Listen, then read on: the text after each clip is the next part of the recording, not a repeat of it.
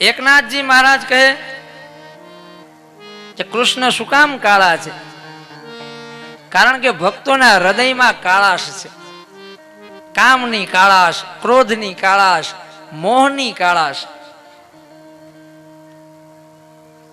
અને ભક્તો ભગવાન કૃષ્ણને ક્યાં રાખે? તો કે હૃદયમાં રાખે.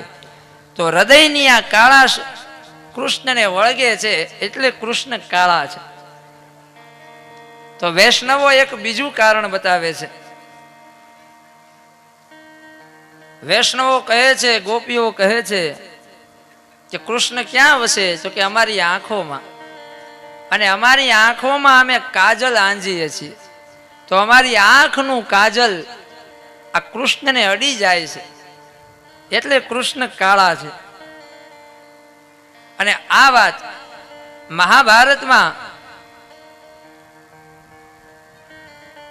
કૃષ્ણ દુર્યોધનને કહે છે. કૃષ્ણ કહે કે હું કાળો શું કામ છું તને ખબર છે? કારણ કે હું તારો કાળ છું.